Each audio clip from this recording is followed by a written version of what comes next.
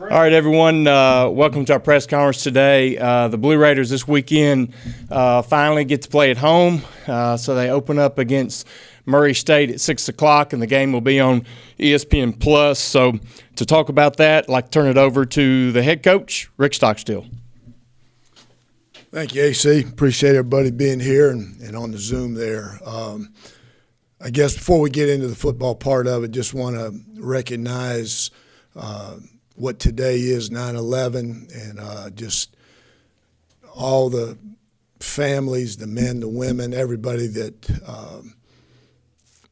was affected that day and continued, 22 years later, still feeling the effects. So just want everybody out there to we appreciate you and we're acknowledging you, and our prayers are with you. So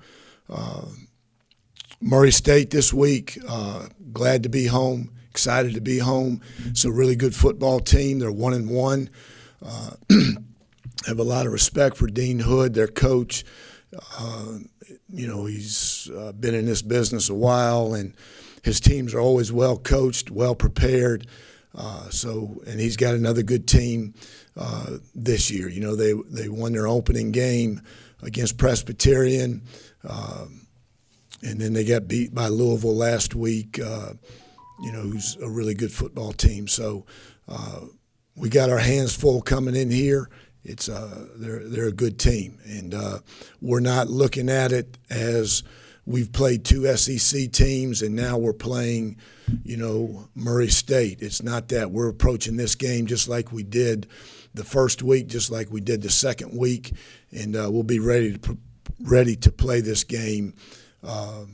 Both mentally and physically. So excited to do it. And Murray State, to me, their offense is led by their center, Jacob Fry, just a really, really outstanding player. You can see he makes all the checks, gets them all in the correct protections. He's a physical guy. He's athletic. Have a lot of respect for him and how he plays this game. So to me, that's usually you kind of, when you talk about offense, you always, not always, but sometimes you talk about a skill player. And but I think in this game right here, or with Murray State, their offense, it goes through him. And I think he's had a great career there. I think this might be his 6th year. And he's had a great career. He's tough. He's physical. He's athletic. And you can see he gets them in the right protection and makes all the calls and checks up there. Their quarterback is a dynamic player. He can throw the ball well. He gets outside the pocket and run. He's a good athlete.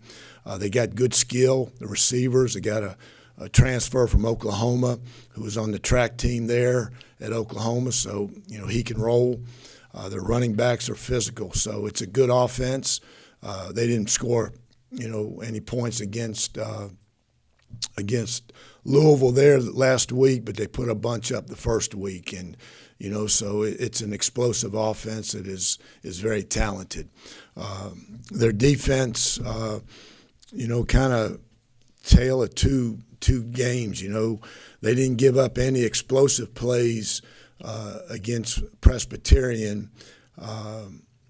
And then last week, Louisville, hit them with a bunch. They had several long runs, several long passes. So I'm sure that's a point of emphasis that they'll have this week of keeping the ball in front of them. So, but they got a good sized defensive line.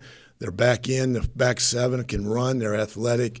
They got good players. So it's a defense that is going to challenge us.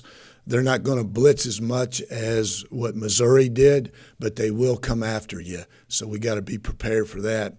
And then special teams, that's been kind of Coach Hood's, what he hangs his hat on. And, he's a special teams guy. So they're very sound in the kicking game. They do a lot of good things. They do a lot of things that we've got to be prepared for.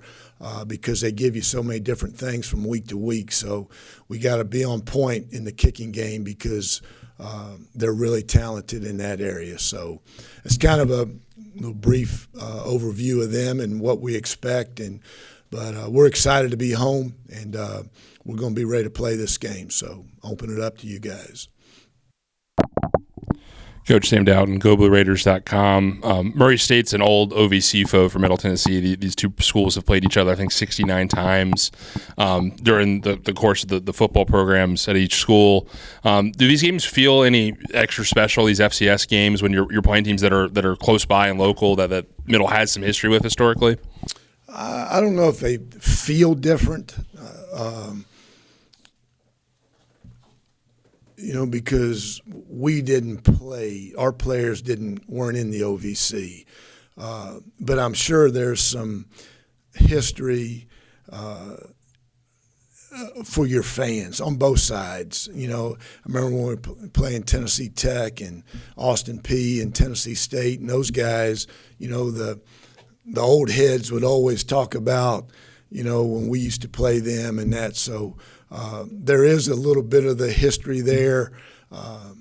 But as a coach, as a player, it doesn't make you feel any different because you still have to prepare for this game, whether there's a history within your schools, your programs over the years, or it's the first time you've ever played them. So I'm sure that's out there, Sam, for the fans and the former players that played in these games before. Coach Cecil Joyce, Daily News Journal. Coach, is it tougher to scout a team whose first two opponents had such a discrepancy in talent level? Does it make it tougher to try to gauge where they're at when it was two totally different ends of the spectrum on their first two opponents? No, I don't think so because you're still evaluating schemes, what teams do schematically, offensively, defensively, in the kicking game. So you're still doing that as well as evaluating the talent level and the skill level of the players that you're going to play against. So Murray State tried to win that first game against Presbyterian, do everything they can to win the game. They did the same thing at Louisville, try to do everything we can to win the game. Once it happened, twice, and the other time it didn't. So they're not going to change. They're not saying we're going to do this against PC and we're going to do this against Louisville. Teams don't do that. So we'll evaluate, what they did last year, the last handful of games, and then these first two games. Coach Chip Walters from Blue Raider Network talked about the old heads. Their SID texted me this morning, wanted to know if we still fired the cannon after. And I said, no. I don't know why that was the only thing he asked, but he asked that. Y'all must have scored a bunch of points because if he remembers it all these years later. Exactly. You've got connections with Coach Stewart and Coach Polly, who've both been there. I don't know if you've talked to them. Yeah, and that's right. And they talked a little bit about, getting juiced up for their friends a little bit.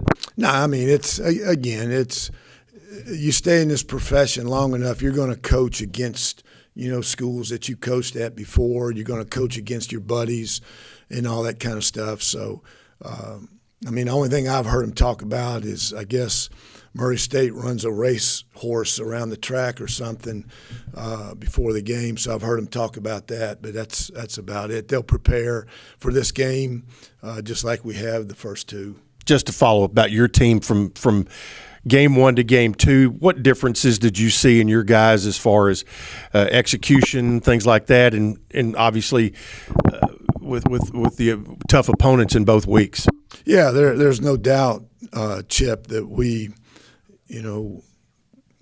had the toughest, schedule the first 2 weeks of anybody in the country, having to go on the road and play the two teams that we did. So, but I'm proud of our team. We did improve from the Alabama game to the Missouri game. We did improve on both sides of the ball, really in all three phases. We were better. Still, there's a lot of room to improve on. And, so we're not a finished product yet. So we got to keep working. But I was proud of our players. I was proud of our effort, proud of how we competed.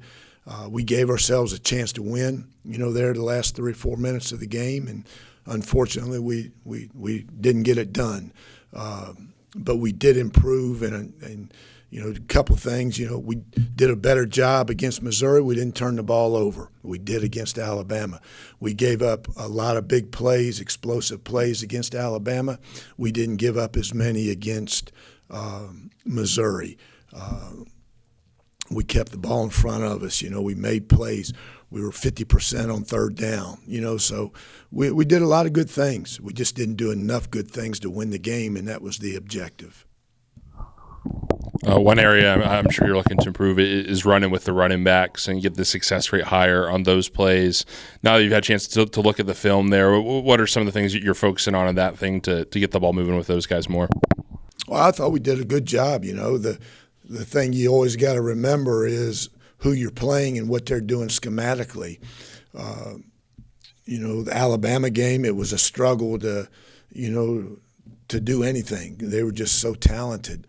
Against Missouri, they pressured you so much. They always had you outnumbered in the box, and that made it difficult to run the ball, and that's why Nick was able to have success running the ball, because now the numbers matched up better. You could use Frank or Flip in there as an extra blocker to, handle their extra man in the box. So a lot of that always, Sam, depends on who you're playing. We did break out a couple runs there, with our running backs, but, each week is a completely different menu every week. It just depends on who you're playing and what they're doing schematically.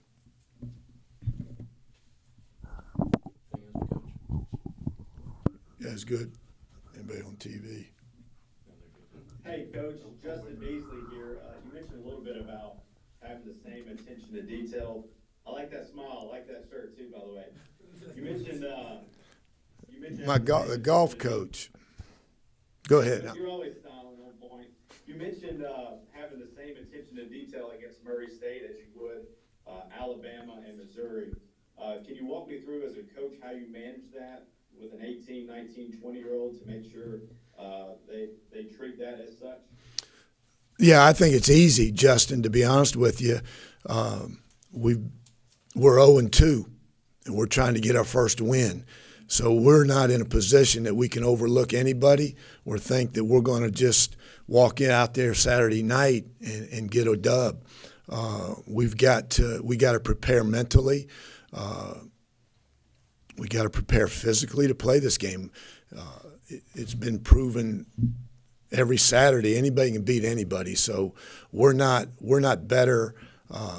We're not the Dallas Cowboys that we can just walk out there and beat whoever shows up. We gotta go out and play and prepare. And so we know we're going to get their best effort. We know that.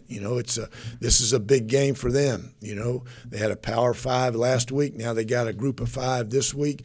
They're trying to get on ESPN. They want to be, hey, we knocked off a Division I team. They want to get on ESPN and be talked about all next week and all that kind of stuff. So we're going to try to prevent them from doing that. So we've got to prepare. This is the most important game on our schedule, and that's how we're going to approach it. And I promise you, we're going to be ready to play. And Coach, what would you say to freshman students, transfer students that are debating about going to the game on a Saturday night when they've got a lot of different options in Murfreesboro and maybe new families in the area too that might want to be a part of something special you got going this season? Yeah, Justin. I hope they come. I hope the students, the people in town come. Students, I'll tell you, Whiskey Dick's and Happy's doesn't get cranked up till 10 o'clock. So go to Whiskey Dick's after the game. Go to Happy's after the game. So it's a lot more fun coming to the game and then going, there. So this team deserves for people to come see them play. And we've played in front of 2 packed houses on the road, and we need to play in front of a packed house at home. So that would be my message to the students, and then to everybody else that's too old to go to those places. that come, bring your families, and you're going to see a heck of a team that plays the game the right way and it's going to get out there, and you'll walk out of that stadium proud of them. Where do you go after the game, Coach? My back deck, because I'm one of those guys that's too old to go to Whiskey Dicks and Happy's. Thank you, Coach. Appreciate you. Anything else? Appreciate y'all. Have a great week. Thanks, Coach. Anyways, now time for our student athletes. We have two today. First, as our quarterback, Nick Vadiato, and then our safety, Trey Fluellen. So we'll get started with Nick.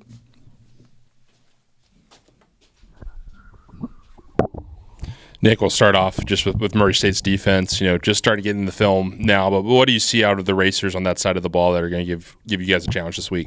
Yeah, I think similar to what Coach talked about a moment ago is that they're a well-coached team. They have their responsibilities and they do them. Rarely on film will you see a busting coverage or or a guy out of position. So I think when you're playing a team who's well-coached and well-disciplined, you have to be on your A game and bring your best every single play.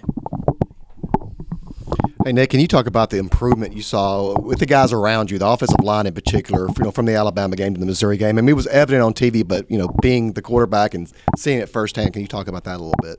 Yeah, I think especially for our O-line, they faced really tough two opponents our first 2 weeks with Alabama and then Missouri, who had a really good D-line and linebacker, front seven altogether. They were really talented. And I think that our O-line did a great job just accepting that challenge. I thought that they played their tails off versus Alabama, and I thought they played their tails off versus Missouri last Saturday. So super proud of them, super proud of all of our running backs, and super proud of all of our receivers as well. Just the competitiveness and the effort they played with. When you're playing teams like that have a lot of talent, that have a lot of special players on the defensive side of the ball. I respect all of our players for the way they play, and especially the O-line, because I know it wasn't easy. That first week one versus Alabama or last Saturday, I know it wasn't easy. I know they're a little banged up, but I thought they played their tails off, and I'm super proud of them.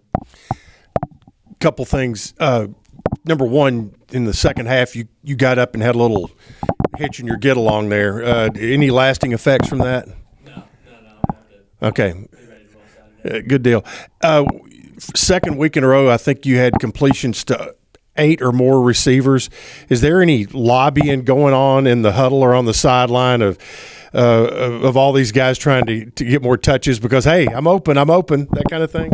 No, I think we have a really good sense of if Coach Stu kind of mentioned it yesterday. It's like if you have a hot hand, you're going to be on the field, and I think it's a really nice thing when you have so many guys who can contribute on the offensive side, whether it's in the receiver room, the tight end room, or in the running back room.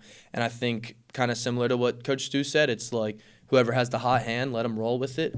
And then if you're a guy who you get the ball in your hands and you make plays, then I think the ball is just going to find you in some way or another. Not that it's going to be forced to you, but I think when you get open and you make plays, the ball finds you. And I think that's, like I said before, we have a really good feeling about our offense moving forward, and I'm excited about it. And it's nice when you have depth that any guys 2-3 deep at a certain position could come in and do really well for us. So proud of them and excited about it. Some of the best crowds every season at Floyd are in these home openers. Historically, what's it like just getting back home and get in front of that Blue Raider crowd again? Always excited to come back and play at home. I think especially it being our home opener for the season. Expecting to see a really nice crowd. Hopefully a lot of energy.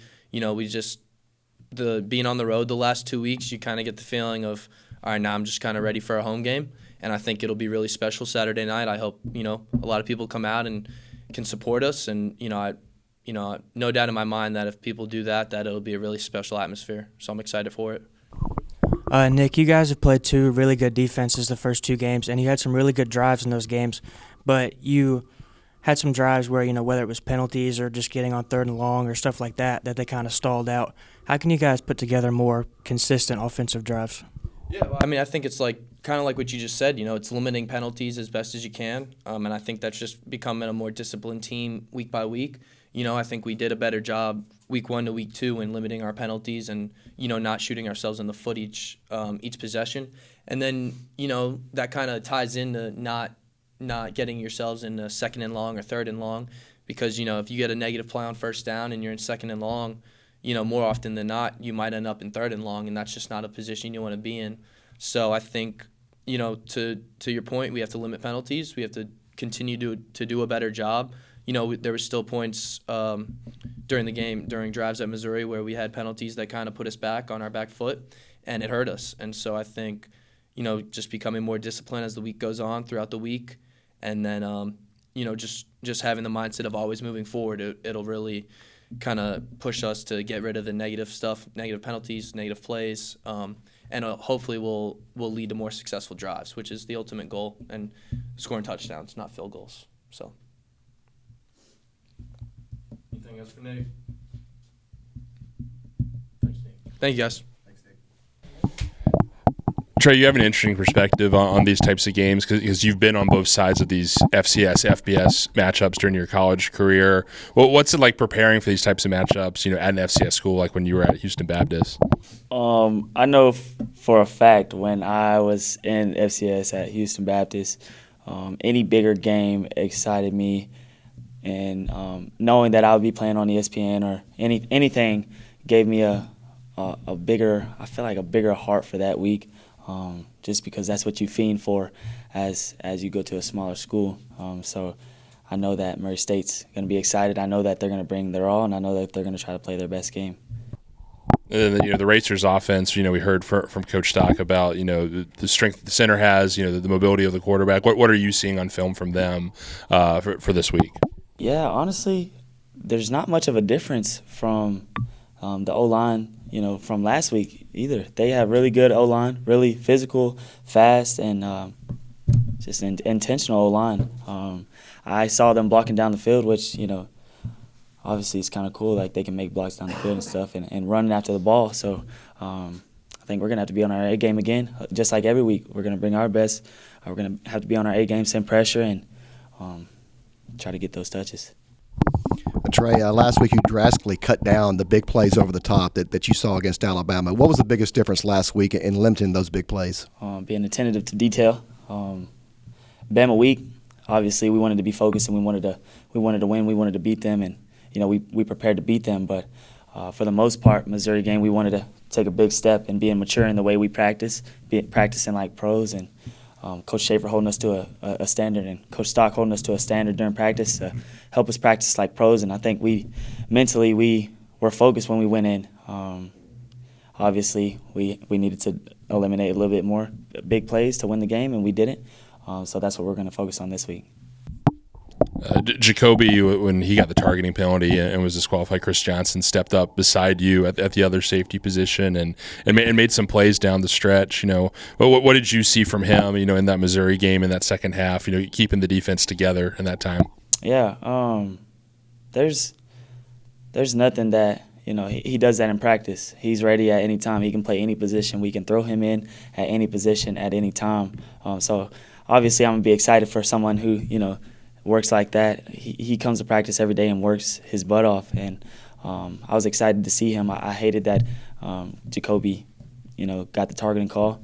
That's my my twin, and I really like to see that stuff. But at the same time, I was pretty excited for CJ and getting his chance, and seeing him come in and get that stop on third down was pretty cool. So for sure. Thanks, Trey. Thanks, Trey.